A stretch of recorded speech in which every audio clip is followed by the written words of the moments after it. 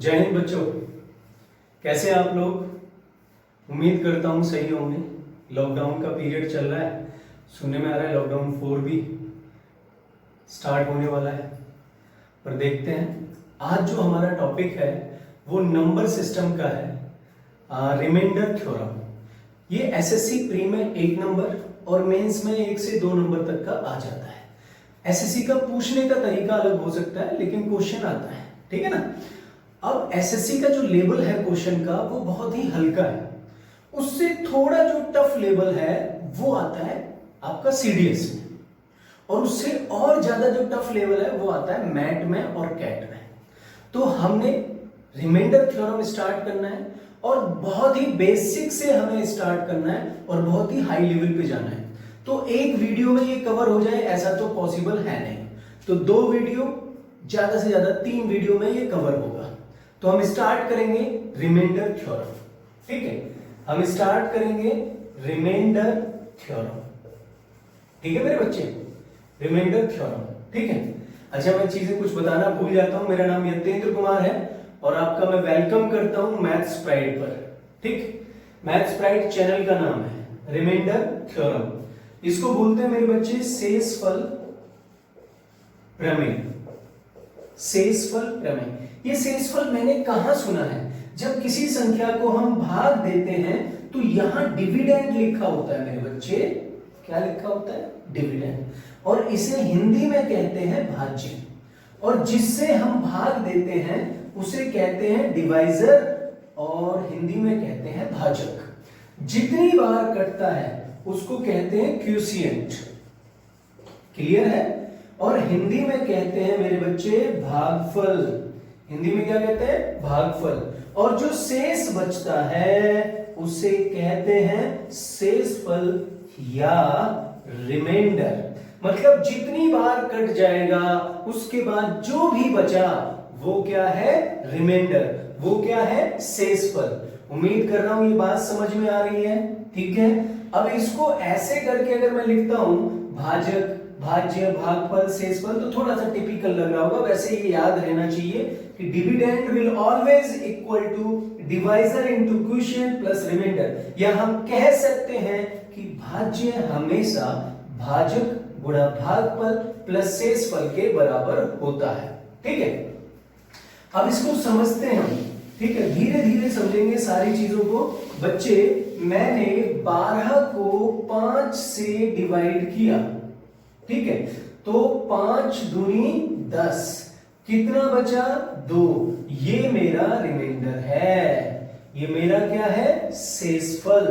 तो मेरा आंसर क्या आ जाएगा बच्चों? शेषफल आ जाएगा 2। मेरा रिमाइंडर क्या आ जाएगा? 2, ठीक है ना। इसके बाद अगर मैं 22 को, एक और बात देखते हैं, अगर मैं 22 को 7 से भाग दूं तो 7 तिया 21, मेरे पास रिमाइंडर क्या आ जाएगा? प्लस का 1। मेरे पास रिमाइंडर क्या आ जाएगा? प्लस का 1। इसका मतलब आप किसी भी संख्या को अगर भाग देते हैं तो जितनी बार कट जाएगा उसके बाद कुछ शेष बचेगा, और जो शेष बचेगा वो क्या होगा? रिमाइंडर। वो क्या होगा? रिमाइंडर। क्वेश्चन उठता है इतना आसान आएगा? डेफिनेटली इतना आसान आएगा मेरे बच्चे, आसान इतना ही आएगा, लेकिन उसका पूछने का तरीका अलग हो सकता है। अगर ये कॉन्सेप्ट समझ में आ रहा है तो सारी चीजें समझ में आएंगी।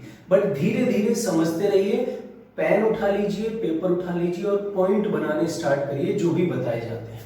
सबसे पहले पॉइंट पर मैं आ जाता हूं कि आपने क्या किया? 3 को 5 से भाग दिया। अगर आप 3 को 5 से भाग देते हैं तो 3 में तो 5 का भाग जा ही नहीं रहा है।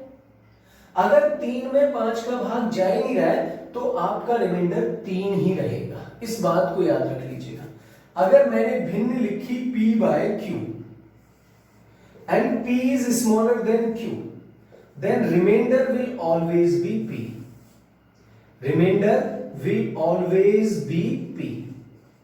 अगर p by q कोई भिन्न है और p q से छोटा है तो शेषफल हमेशा p होगा, क्लियर है। तो इसमें शेषफल हमेशा 3 होगा, इसमें शेषफल इसमें, क्योंकि ये छोटा है, 3 जो है वो छोटा है 5 से, तो इसलिए शेषफल कितना होगा? 3 होगा।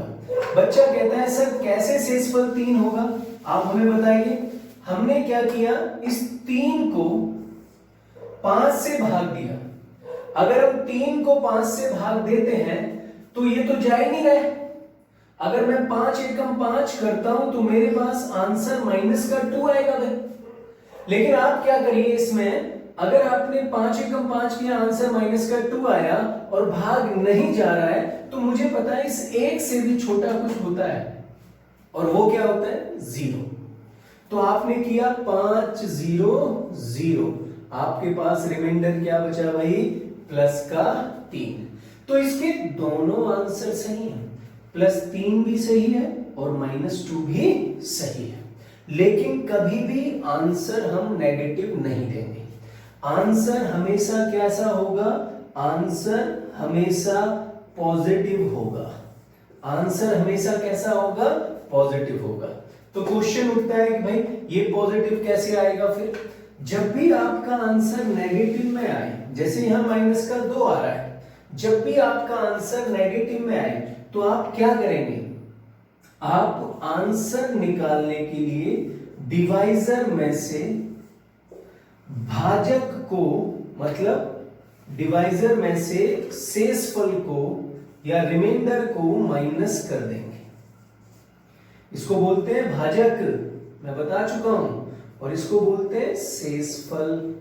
तो मेरे बच्चे यहां भाजक कितना है? 5, शेषफल कितना है?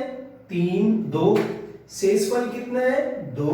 तो आपके पास आंसर क्या आ जाएगा भाई? 3। आपके पास आंसर क्या आ जाएगा? 3। मेरी बात समझ में आ रही है? आपके पास आंसर आ जाएगा +3। अच्छा, एक और क्वेश्चन में समझिए कि आपने 11 को 15 से भाग दिया, ठीक है। अब 11 में 15 का भाग ही नहीं जा रहा है, तो सीधी सी बात है आपके 2 रिमाइंडर इसमें से आ सकते हैं।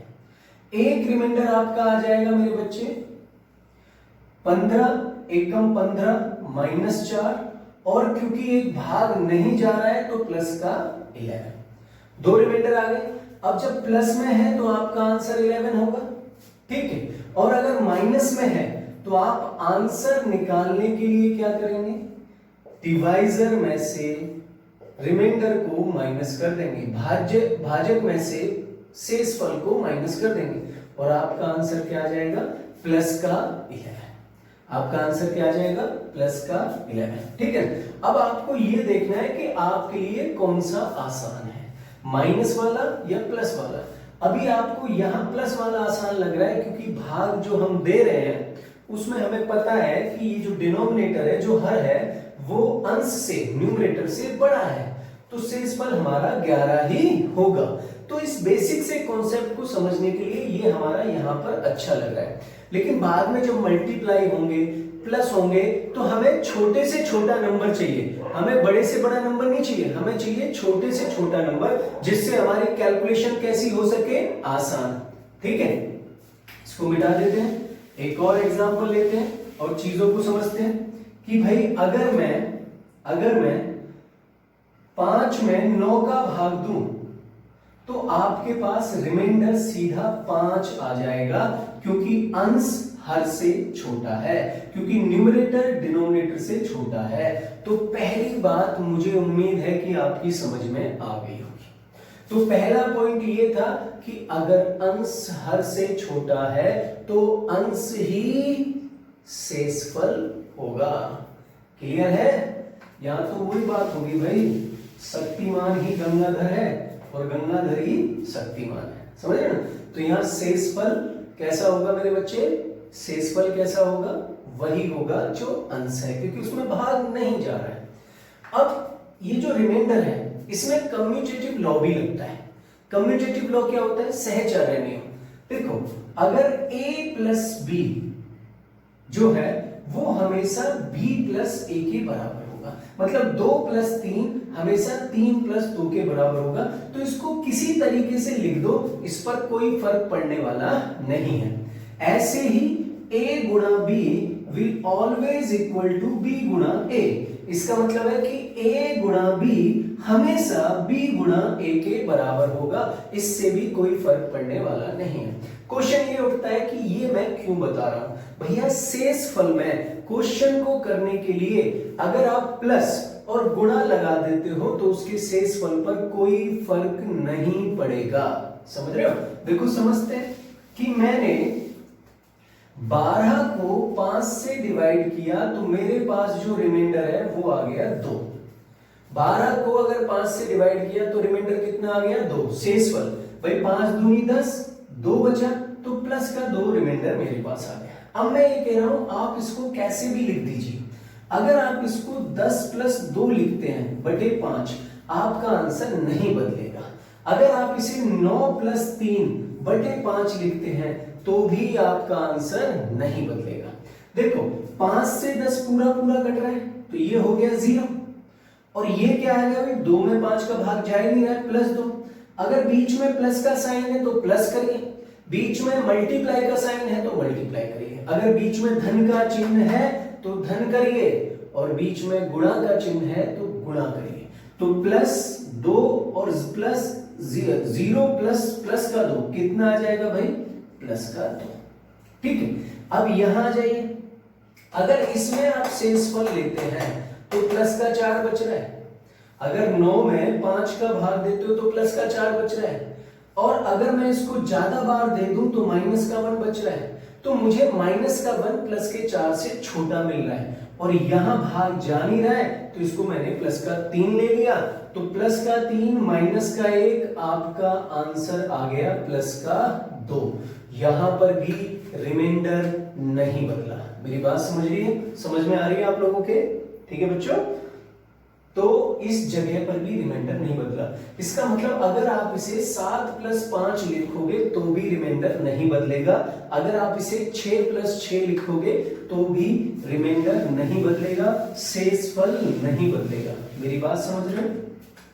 तो प्लस करने पर या उसको तोड़ने पर प्लस में उसके शेषफल पर कोई प्रभाव नहीं पड़ता है, कोई बदलाव नहीं आता है, वही रहता है जो पहले था। ठीक है, अगर मैं इसको लिख लेता हूं मल्टीप्लाई में, मैंने लिख लिया 4 × 3, ठीक है, 4 × 3 या 6 × 2, तो आप देखोगे कि यहां पर भी आपका शेषफल बदलने वाला नहीं है।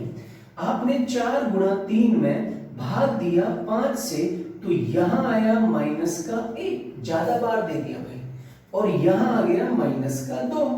अगर हम दोनों की गुणा करते हैं तो हमारे पास आ जाएगा +2। देखो रिमाइंडर आप पीछे भी देख लो, प्लस का ही 2 था, बदल नहीं रहा है। और अगर आप यहां 5 का भाग देते हैं तो 5 का भाग दिया ये +1 और 2 में भाग जा ही नहीं रहा है +2। अभी क्वेश्चन ये उठता है कि सर कहीं आप माइनस में ले लेते हो, कहीं आप प्लस में ले लेते हो, जो छोटा है वो लेना है। बेझिझक होके भाई, मैं बार बार कह रहा हूं, अगर माइनस की वैल्यू छोटी है तो माइनस ले लो, प्लस की वैल्यू छोटी है तो प्लस ले लो, आंसर में कोई बदलाव नहीं आना है भाई, विश्वास करो इस बात का। आप किसी तरीके से रखो, इसके बाद मैं जो बताऊंगा वो भी देखिएगा, उसमें मैं तीनों तरीके से बता दूंगा, 2-3 तरीके से जो भी बन रहा है कि भैया आप देख लो, आपका आंसर बदलने वाला नहीं है। तो यहां प्लस का 1 और यहां प्लस का 2 और दोनों का मल्टीप्लाई किया तो रिमाइंडर क्या आ गया भाई +2 आ गया। ठीक है मेरे बच्चों, आराम से देख लो। तो मैंने बोला है कि अगर आप कोई नंबर दिया जा रहा है जिसको आप भाग कर रहे हो, अगर आप उसको तोड़ लेते हो तो उससे शेषफल पर कोई फर्क नहीं पड़ेगा, लेकिन आपकी कैलकुलेशन आसान हो जाएगी। अगर मैं ये कहता हूं कि 17,121 को 17 से भाग दो, तो आप 1700, अच्छा जैसे यहां से हटा देता हूं कि मैं कहता हूं 17,121 को 17 से भाग दो, तो आप इस पूरे को भाग दोगे ना तो टाइम लगेगा। आप क्या करो, इसको 1700 + 121 कर लो और डिवाइड कर दो 17 से, तो आपको पता है भाई 17 से ये तो पूरा कट रहा है, इसमें तो 0 आ जाएगा, और 17 × 7 = 119, इसमें +2 आ जाएगा, तो 0 + 2 आपका आंसर क्या हो जाएगा +2। इसलिए ये कम्यूटेटिव लॉ जो मैं बार बार बोल रहा हूं, सहचर्य का नियम, ये काम आने वाला है। अगर कोई बड़ा नंबर हो तो उसे छोटा कर लो, अपने हिसाब से उसको तोड़ लो, बस आपकी कैलकुलेशन अच्छी होनी चाहिए। क्लियर है मेरी बात? अब आगे बढ़ते हैं कि भाई मैं एक नंबर लिखता हूं 39 गुणा 37 डिवाइडेड बाय 7। अब मैं ये बताना चाह रहा हूं कि अगर आप प्लस प्लस लेते हो, ठीक है, और माइनस माइनस लेते हो तो दोनों में क्या बेनिफिट है, ठीक है ना। जो वैल्यू छोटी लेते हो उसमें क्या बेनिफिट है। देखो 7 पंजे 35 प्लस का 4 और 7 पंजे 35 प्लस का 2। अगर मैं इसी में लेता मैं 7 6 42, ठीक है, तो मेरे पास माइनस का 3 आ जाता, मेरी कैलकुलेशन कैसी हो जाती, छोटी हो जाती, ठीक है। अब देखो यहां आपने किया 4 दूनी 8 प्लस का 8 बटे 7, तो आपका आंसर क्या आ जाएगा, प्लस का 1। आपका आंसर क्या आ जाएगा, प्लस का 1, ठीक है। अब मैंने इस प्लस 4 को हटा दिया, इस प्लस 2 को हटा दिया, ठीक है।